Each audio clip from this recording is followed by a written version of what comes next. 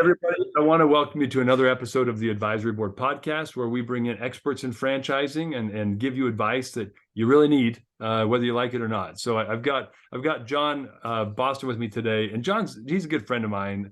He's with Color World Painting. They recently were acquired by Authority Brands. It's been a year now, hasn't it been, John? Yep. And but they've been operating. They've been a client of ours for like 7.5, almost 8 years. But we know them deeply. They're fantastic business operators. And John is the vice president of operations there. And we're going to be talking about unit level operations and support and helping units grow. And so he's the perfect guy for this. But before we jump into the topic, tell you a little bit about John, a little bit about Color World. John is the VP of operations. He's been with them for 18 years and actually technically 20 in my books, because he was even painting in summers when he was in college. Yep. For 2 years before he came on full time in 2005. So John's he's a dad. He was a lefty pitcher in college. He's a big guy. If you meet John, he looks small in this, but he's actually 6'5". How big are you, John? 6'5". Yeah. Yeah. 6'5" lefties in college. Nobody wanted to face him. And you were a closer, weren't you? Yeah. Yep. Yeah. Dude, I don't doubt that. So, Yeah. So in college, he was in a rock band. He's a guitar player. So just a couple of fun notes about John. John, tell us a little bit more about you. Tell us about Color World House Painting before we jump in. Yeah. As Dave said, it's been 18 plus years with Color World, and I've really worn all the different hats that you could wear within the business outside of, being the owner of the business. I've worked for Tom Hodgson, who's the current brand president and founder of Color World, and started out my career after college with Color World. I have a very short resume, one job, and I started our Cincinnati, Ohio market. At the time, everything was company owned. We weren't franchising. I spent 4 years developing Cincinnati to the point we then ended up selling it off as a franchise. So one thing I always tell prospective franchisees we're meeting with and current franchisees is, I've been almost in their shoes. I've been out there, felt like I was on an island, doing my own hiring, estimating, getting jobs done, all with the support of a corporate office. So I've kind of been there, done that. So I think it lends a little bit of credibility in that regard. After Cincinnati, I moved up to our corporate office in Columbus. Opportunity was there at a 6-month-old at the time, so I was happy to get back by family. Yeah. And and then just kind of helped Tom build the brand. We operated the corporate units until we started franchising, sold them off, and then just continued to build the brand until we started the franchising full time in 2019. So it's been a roller coaster all along the way, up and downs, like everybody in business, but it's been fun and keeps us all busy. Yeah, John, you just said something that makes me, I just want to highlight this. One of the reasons, guys, I wanted John to talk to us today is John's super real. Like, a lot of folks, when they, they build a brand, then they have a sort of an exit, not quite an exit, they get an acquisition. They feel like they walk on water, but John's like super honest and real about stuff. And we'll talk about ups and downs. And our topic today leads right into this, which is we want to talk about operational excellence. So how do you support franchise units? How do you help them grow? What are the challenges? What have you done wrong? Like, these are the types of things we're going to talk about. And also, they've done it now pre and post acquisition, which is kind of unique. And so I thought some of you guys, everyone's holy grail right now in franchising is I want to build a brand, I want to sell a brand. And so a lot of you that are doing that also need to remember that usually when you get acquired, you're going to stick with the brand for at least another year to 2 years contractually after that. So it's not like a quick and easy exit. So, but it also changes. And so I thought John's got some unique insights on those topics as well. We're going to dive into. So John, let's just jump right in Sure. to the topic. And again, thanks for being here. I know you guys are crazy busy right now and growing, so it's hard to carve out time. So first question from me is about what are some of the things that you guys did wrong first, early days, like when you were bringing on early franchises? What are some of the things you did wrong, and then the lessons you learned from those things that got you to where you are today? Well, I would say one of the biggest things we did wrong was just selling off too much territory to our new locations. It was kind of that chicken and the egg. We needed some territories under our belt, and then we built the item 19, looked good. Or item 20, that is. And Yeah. And then at that point, once, 1, 2 years down the road, then we realized that, people aren't operating full locations. We're essentially wasting some territory. And, that's one change from, pre-acquisition to post-acquisition that we're really fine tuning, is really getting franchisees into the correct territory, the correct number of territories for their liquidity and assets, and helping them develop each one fully versus just more of a shotgun approach. Yeah. Well, I think it's, to be fair, a lot of people, there's an allure there, right? Like, okay, a little bit more franchise fee. I've got more territory. So I'm talking about how big we are. We look bigger on paper, but you have the deployment challenge, or you sell like a big territory. A lot of folks I know have done that. It's not just you, man. It's where they say, we're going to carve out, like, I know one guy, I won't say the brand, he's in painting too, but he owns the whole Dallas Metroplex. That was his territory. Can you imagine selling that as one territory? Yeah. Now, fortunately, I can't remember how much he's doing, but like 6 to 8 million. Like he's big. But if they had 8 territories operating, and there's just probably about, how many territories do you guys have in Dallas? Do you know? We have 3 right now between Fort Worth and Dallas, but yeah, they're definitely not that big. I think in Fort Worth we have like 2 or 3. So, and that's just one portion of that area. Exactly. And that's the kind of the point, right? Like, but if you had 8 people operating, that's 6 mil that isn't actually that great. You might have 12, 20 mil coming out of that market. So it's funny that's a common allure. And you guys have right sized and adjusted a lot of things even before you guys joined the Authority Brands family. But that's an interesting one. Let's talk about supporting them though too, because getting the territories kind of right size is one thing. What about in the support process? Like, what were some things you guys? Let's start with the positive. What were some things you guys were doing right from the beginning that have really helped you guys to grow?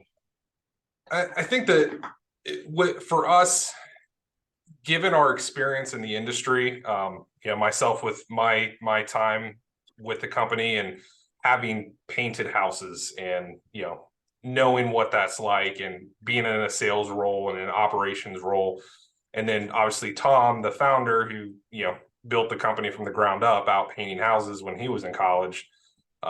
We lend a lot of industry knowledge versus some other, I don't want to even say painting companies, but other home services and service brands that have great operators, but they may not have industry specific knowledge. That's probably the biggest thing that got us, through those early years, as we're building our operations side and learning how best to train franchisees. It's different than training employees. And that's one thing we had to learn, is from a training standpoint, and we're still tweaking it. And every time we have a training, we're learning from it and doing something not different, but we're tweaking and making it better. So, I just think having that industry knowledge really helped us out to really get us to where we are now.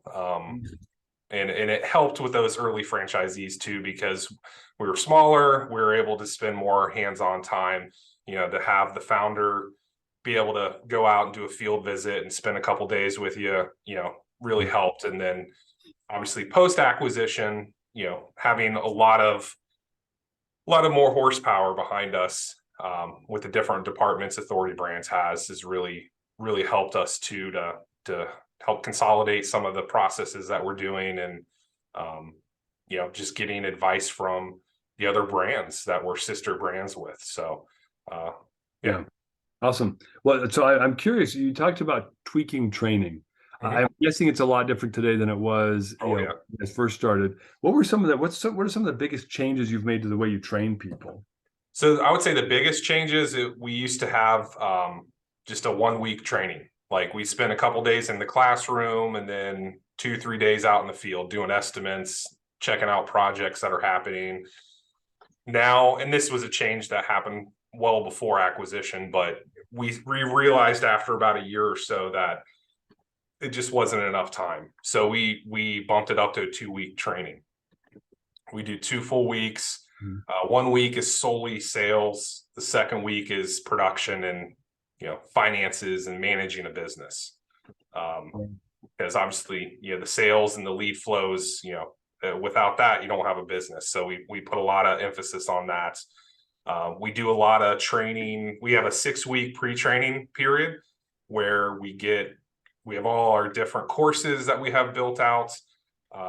We use a couple different platforms for that, a couple different LMSs for those systems, and yeah, and we just have them try to get them as up to speed before they get into town in person as possible.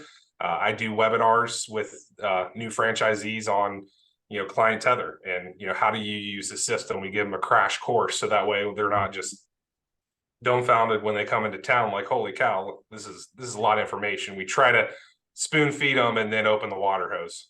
So. Yeah. Well, and I bet you retention. Well, I mean, tell me the impact. So doing a 1 week training, like, hey, see you, good luck. I know it's not how you guys did it. You guys were very hands-on afterward, and we'll talk about that too. But what has been the impact by adding in a 6 week pre-training, then doing a 2 week on-site training with you guys? Like, what have you seen happens to the speed with which your franchise owners get to market and start to get traction?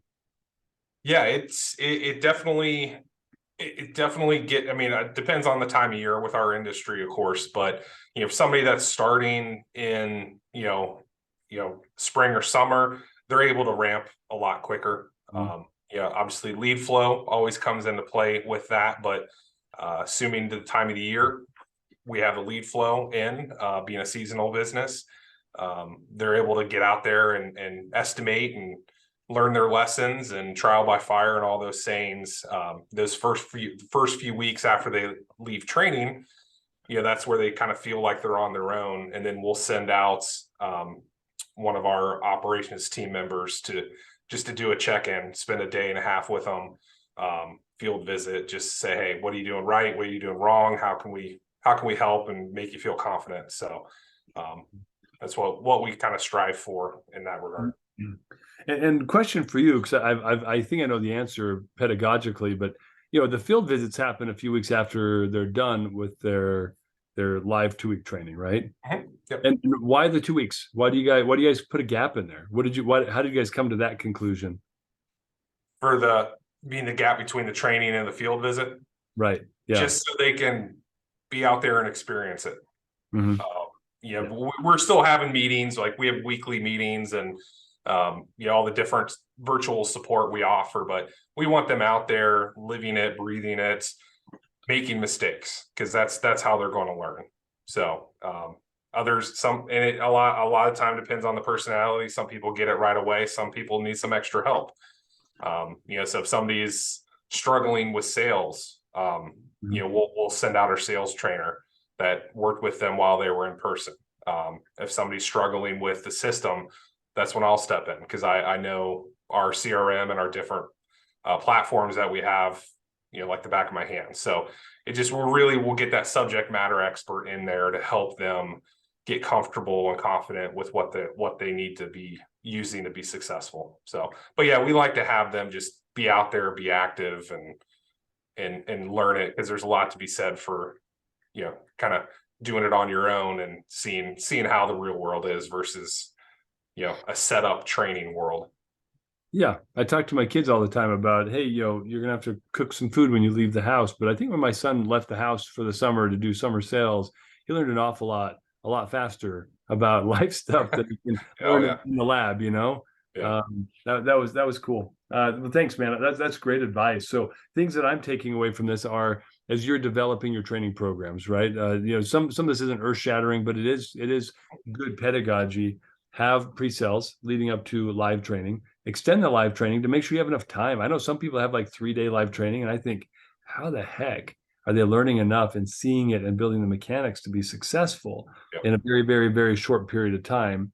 But then you're also coupling that with, in-field training as a follow-up after they've had a couple of weeks to struggle, reach out to you with live resources and weekly touch bases, right? Like that structure you guys have built is, I'm sure, having an impact on results and early franchise performance versus now. Like after you guys have changed the program, sounds like they're getting up to speed faster, so ramping quicker. And depending on the time of the year, I get it. If you start in November and it's you live in the north, then you're not doing anything other than maybe some interior paint jobs, but it's holidays, right? So there's a gap.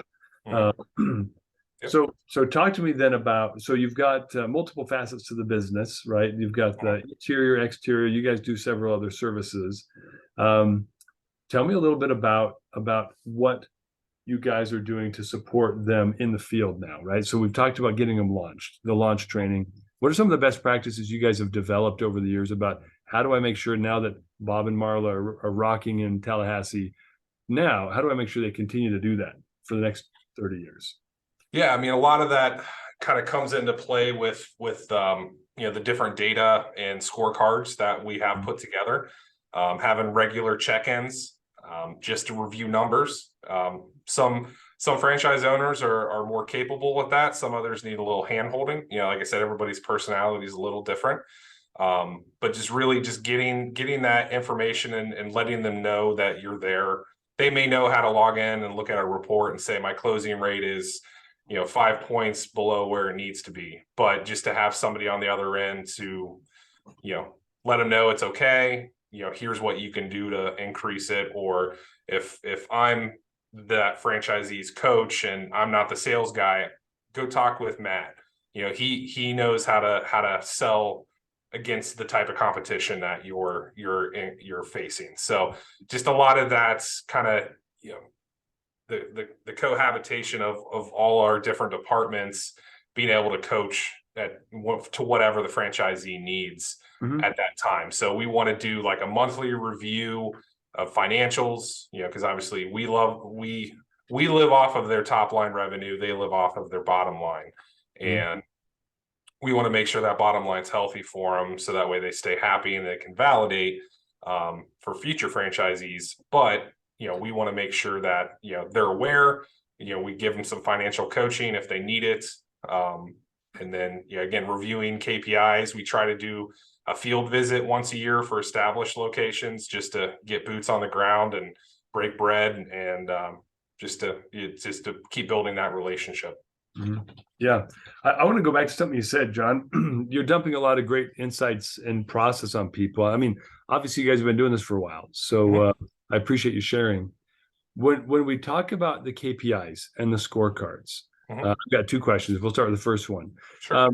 You guys have worked for years to develop that, so you've got a good perspective. But can you maybe, without going into too much detail, because it's a little bit of your secret sauce, Sure. like, what are some of the key nuggets that you guys pull out of your scorecards? Like, how do they help you know, oops, I need to work with this franchise on that and that franchise on that? Like, how do you guys leverage that? Yeah, it's just really just, like Dave's, like you said, it's, it's taken a couple years. We've worked with some EOS traction consultant that has helped us, and that's one thing I always recommend, is finding somebody like that to help you if you don't have that kind of knowledge. But getting those KPIs, something that you can drive toward and monitor, not like monthly, because if you wait for it to hit your P&L, it's too late. You want to find what those KPIs are that can give you those leading indicators of what's happening. For instance, one example will be a closing rate, which is pretty much, all industries have a closing rate KPI. I can tell on a new franchisee, if you're between X amount and X amount, you're in the range of a good new franchisee. If you're below it, that's where we're going to get you some help. Not that we're not going to help you if you're in that average range. We obviously want you to grow, but we know those red flags. And then an established location should be selling at X amount at a minimum. And if they're not, then, that's where we're spending some extra time with those franchisees, and maybe in their field visit that year, we send the sales trainer out to really focus on things like that. So. Yeah, and you're saying a lot of important things. I'm just going to draw a few things out that I'm hearing. Sure. One is, you worked with a coach. Was that Jerry, by the way? Yep. Yeah, I figured that was Jerry. Yep. Jerry Henley, he's a stud. So we can move on. We still work with him. Yeah. Even after the acquisition. Yeah. Yeah, I don't blame you, dude. He's bright. Yeah. He thinks really well. What John's trying to describe, though, guys, is like there are core KPIs everyone looks at: new lead volume, appointment book rate, close rate, and maybe probably completion rates, like in like a field service company. And then you're obviously looking at revenue and all that kind of stuff, margin. But there are other KPIs that are indicators of where somebody's at that aren't just the core four, right? And yet you guys described, I'm going to talk about close rate.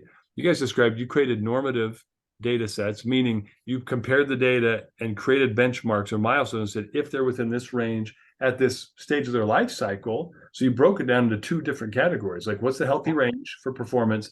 And how does that change when you're at different stages of the business? Because a 1 to 12 month franchise owner is going to operate very differently than a 2 to 5, right? Absolutely. And a multi-unit owner is going to operate differently than a single unit owner. And and Tallahassee is going to perform differently than Salt Lake City. And there are all these different variables, but you guys have said these are the core things we're going to check. That way we know if they're in the green light zone or they're getting into the red zone, like the bad zone of like their performance is struggling. That must have taken a while. So it's still an ongoing. We're still work in progress. We're still want to be better at it, and I'm working on a project right now to fine tune some scorecards for our coaches, making sure that everybody's got same format, so that way even on our internal team, all the data is consistent. The way the data is coming to me is consistent. That will only help us paint a better picture for our franchisees' health and in the business. Yeah, paint a better picture. I see what you did. Yeah, I know. Good. I use that one a lot. Yeah. Let me paint you a picture here about success. It's about Color World. Ha. All right. So anyway, thanks for that. That made me laugh when you said it. I want to. So we're talking about the normative data, the comparative data, KPI management.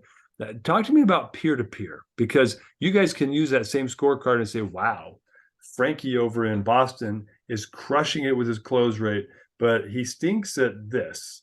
How are you guys leveraging that in any way where you're like, oh, well, he's crushing it here, Marla over in New Jersey struggling?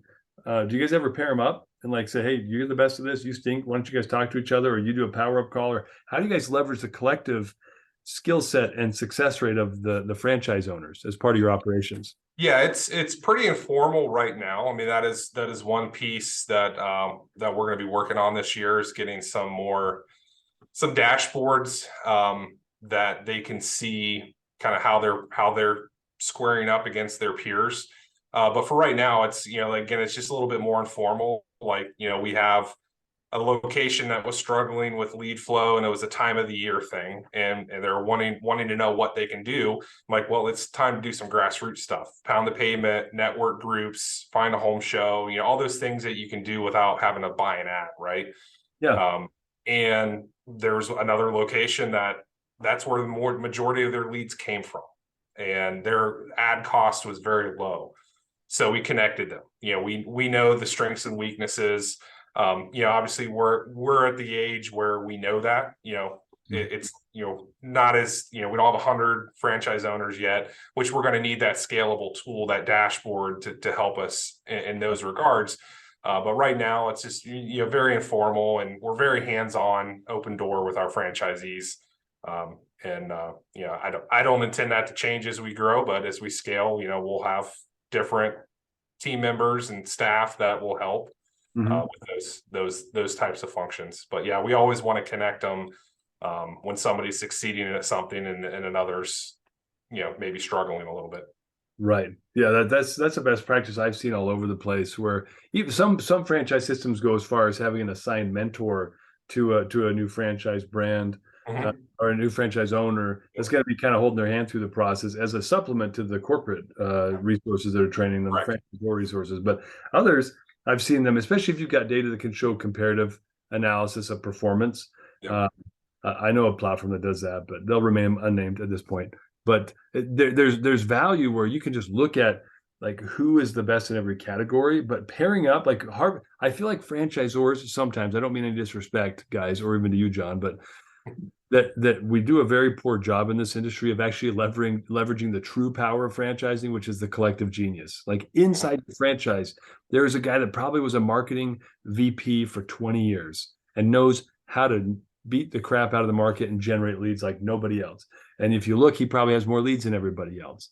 And if you look, there's probably somebody who had a background in sales and he's got a better close rate than everybody else. And the crazy thing about franchising is they write you big checks, franchisors, to buy your concept. And then they, after 90 days, they want to do it their way, which is ridiculous, right? I've heard, I had somebody tell me once, like, that's why we love military franchise owners, because they tend to like be better at following orders, right? They just follow the program better than everybody else.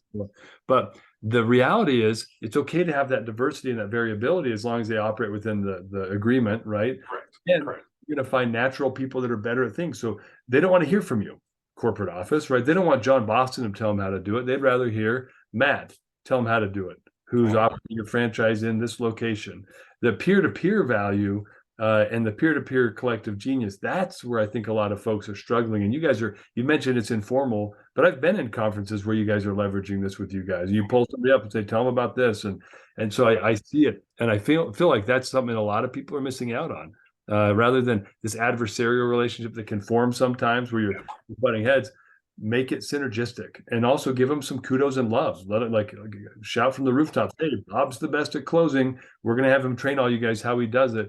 And everyone will say, cool, I'd love to hear from Bob. But if you're like, Tom, the founder is going to train you, they'll be like, even though he'll say the same words, it's crazy. Tom's a great sales guy. But anyway, I find that funny and also ironic, but hot tip, like if you're not doing it, get the dashboards, get the KPIs that John's talking about so you can see who the top performers actually are. Don't do it based on gut because a lot of times your gut's wrong. You don't have any idea who's actually good at what. You just know who's paying more royalties, and that's your total visibility. So what would you add to that, John? I riffed there for a second. Sorry to steal the mic and run with it. Yeah, the data is key. I mean, that's at the end of the day, that's gonna tell you how well somebody's doing. Obviously they'll tell you if they're happy or not, right? But they may be happy, but they could be doing better and on their closing rate or their average job size, which would then add directly to their bottom line, and they'll be even happier. Or they may be on the opposite. They may think, my lead flow is horrible right now. What are we doing? We need marketing. We need this. But then you run the numbers and show them, and oh, well, it's not as bad as I thought. So you kind of get that glass half full, glass half empty kind of approach by just going off of gut. Just look at the data. Data's king. That's what I would say. Yeah, that's perfect.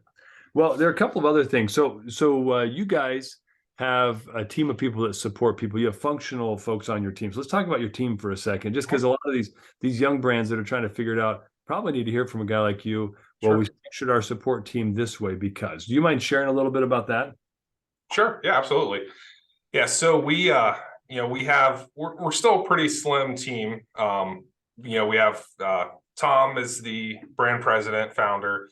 He's very hands-on. From an operations standpoint, doesn't get too involved. He does like to help with training. Our corporate location that we have, we like to test things. Like he was actually out this week doing estimates. Just to be in there, to making sure everything's working well, and just to kind of have a touch base with the industry. So that's Tom. And obviously I'm VP of Ops. So I kind of oversee everybody that's on my side of the business. We have a training director of training. She handles everything from updating and tweaking the curriculum like we were talking about earlier, making sure everything that we learn in each training is updated, as well as working with all our new franchisees. So she's essentially the FBC for all the new locations until they kind of graduate out of that 3-month launch phase. Oh, and go back for a second. You said the acronym FBC, Franchise Business Coach? Franchise Business Coach. Yeah, so I just every time I hear acronyms, I pause people because a lot of the newbies in the industry have no idea what that means. They're like, I had an FBC for lunch today. And you're like, no, that's not what that means. So, okay, cool. Thank you. Keep going. I know some systems have direct FBCs. That's their only role, is just to be that business coach to the franchisees. We're actually modeling our FBC program off of one of our sister brands. And I like the concept of we all have our own specialty. We have a training person, we have an onboarding. I'm the ops guy. Tom is, kind of the jack of all trades, but really focuses a lot on Fran Dev and sales. And we all kind of lend our experience and knowledge to each facet. So as an FBC, that's part of my job description. Our training person, our onboarding person, that's one of their roles within their position, is to be an FBC to a set group of franchisees. And we kind of will coordinate those lists, like who gets what franchisees based on, where they're at, what needs they have that are, pretty consistent.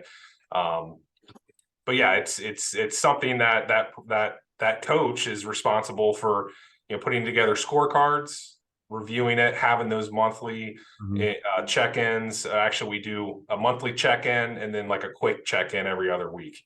Just say, hey, how you doing? Here's your numbers. Things are looking good. See, keep rocking. Yeah. But yeah, so we have a training person. We have our director of onboarding.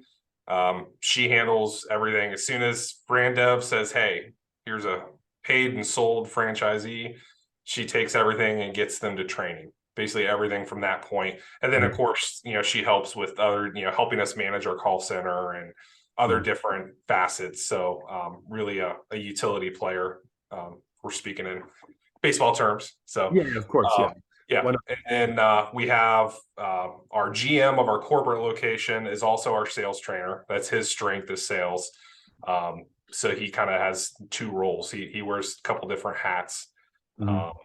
We have our franchisee mentor, which is our oldest location. And he goes out. He's the one that does those visits a few weeks after training, just to say, hey, I'm an operator too. And here's my take on what you're doing. We talking about Eric? You guys are sending Eric out there to see people? Ryan. Oh, good, Ryan. Well, Yeah. I don't know if I'd unleash Ryan on the world, man. We should talk about it. I'm just kidding, Ryan. You're great. We love you. So, all right. Yeah. So let me pause you for a second because you talked about this earlier. And so I wanted to come back to it. And this is an area where I think a lot of franchise systems, I know a lot that are, 100+ units that don't do it this way. It's like we regionalize it. Every regional has a regional FBC, and that's how we do it. But you guys are specializing in a way that I really like, because when you're FBC, you have that too, right? Your kind of base level support, your FBCs, they're assigned to specific locations and they're paying attention to their scorecards. However, that FBC says, oh, your close rate stinks. Guess what? That FBC is not often a salesperson. So they're going to be, well, how are you selling? And then they're uncomfortable, right? They're not the best person to coach in that position. And so what I like about what you guys have built is you have the base level coverage to make sure they've got support and someone to go to and ask questions and review scorecards and accountability and blah, blah, blah, follow up, right? You need that. And yet when the specific needs, you say, okay, I'm facing a team with a team batting average of over 300. I'm not going to put my fastball guy on the mound. I'm going to put my guy who throws garbage. I'm going to put my guy. He might be a closer normally. He's going to start this game. Like, you mix it up. You've got specialty players that can crush it and help the franchisees continue to gain upward momentum, where otherwise a lot of times they stagnate and they get flat because of the way they structure their support to their franchises. So hats off, because I like that. It's one of the reasons I wanted you guys to come and talk about this. And can you tell me, was it always that way, or have you guys morphed and grown because you've seen a need to do that? No, it's probably one of our newest initiatives. It's a need. It's always been a all hands on deck approach to coaching. We'll have, I generally would have led those meetings, like touch base on financials and numbers, but then, all right, we need some sales help or marketing help or whatever they're struggling with. Then we'll just pull the right people in, or maybe have like a joint meeting once a month. It was very, we're still, I think, considered an emerging brand, but, we were just kind of just all hands on deck. Right. But now, Authority Brands with their backing, we want to set ourselves up to scale, and really using a lot of the tools that we're learning from our sister brands that are successful, in putting this more rigid, I don't want to say rigid, but this more structured program in place. So that way franchisees know, like, who do I go to? Like, if you're a brand new franchisee and you're still trying to, getting your feet wet, who do I go to about this question? Who do I go to about that? It can be frustrating. And if they have that one person, they know this person is going to get me the answer, whether they can answer it or not.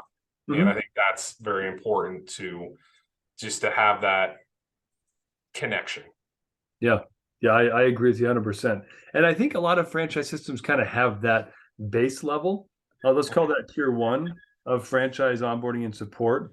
But where I see them struggle is that tier 2, the specialization, and that's why I think you guys are, for your size, I think, quite ahead of the game there. But people don't realize you don't have to invest in 17 people to make this work. Nope. You guys have just identified people that became the go-to, and then realize, okay, now they're my specialist for this topic. When it comes up, that's my go-to, and I'm going to pull him.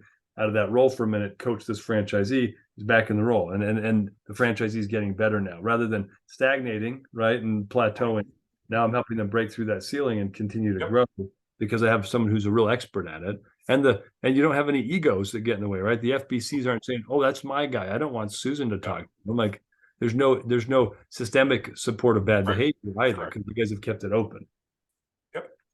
Yeah, that's awesome, John. That's awesome. Thanks. Tell me this. So you've mentioned it a little bit, but you guys have some tools that help you guys support the franchisees. Do Mhm. you mind mentioning some of those? You kind of brushed over EOS and using the traction kind of system, but what are some of the tools you use to support this coaching and mentoring of your franchisees? So EOS/traction, whatever you want to call it, same thing, but Yeah.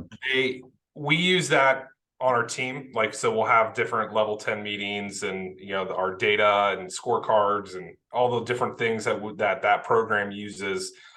We would like to eventually roll that out down to the franchisee level and start talking a lot of those terms with our franchisees. It could only benefit, and with since we already name dropped them earlier, but with Jerry's help, we're actually working on those types of concepts to be able to roll the EOS type of model down. That's how our corporate team operates and communicates. We'd like to roll that down too. So that's one thing that we're learning a lot of. How to communicate more efficiently, how to set tasks and rocks and all those different things that you learn in that program. Yeah. But on top of that, that's just kind of like high level. But then, as far as our tools, we have a great CRM that we've used for 8 years, Client Tether, and Dave's familiar with that.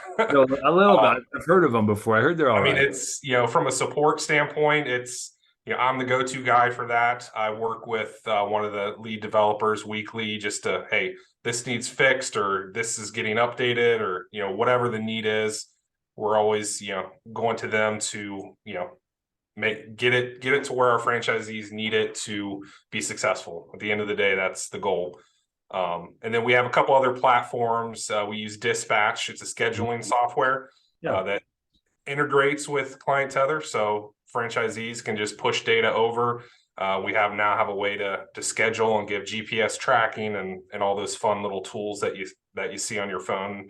That's Uber type of tool, and then just different bookkeeping integrations that we have, so that franchisees aren't sitting there at 10 o'clock at night after the kids go to bed and entering in checks and deposits. And we have some bookkeeping tech that we have set up on the back end that again integrates with our CRM, so that way everything just pushes over. And we want them to focus on growing the business and not working on the business, not in the business, as the saying goes. And that's what the tools allow them to do, is to be more efficient with their time. Awesome. I love that. And on the coaching side, like back office stuff, you mentioned like you have LMS, you guys are obviously you're booking appointments with them and meeting with them regularly. Any other tools that stand out to you that you use that you're like, wow, like we couldn't really do what we do today without this to help support our effort to support our franchisees? Anything else in that category that might be helpful for people listening in? A lot of the LMS stuff, we use Turtle for our courses, Fran Connect, so a lot of brands use that just for where to go to find something. So just getting that. It's a newer platform for us over the last year and a half, 2 years. So full adoption. We're still working on that with our system, with the franchisees, but it will end up being that go-to place that franchisees can say, I'm going to look in Fran Connect for that document first before asking, right? Not that we don't want them to ask, but we want them to be self-sufficient. If it can save them a 15-minute phone call just to go find something, then that's more time they have to work on their business. Right.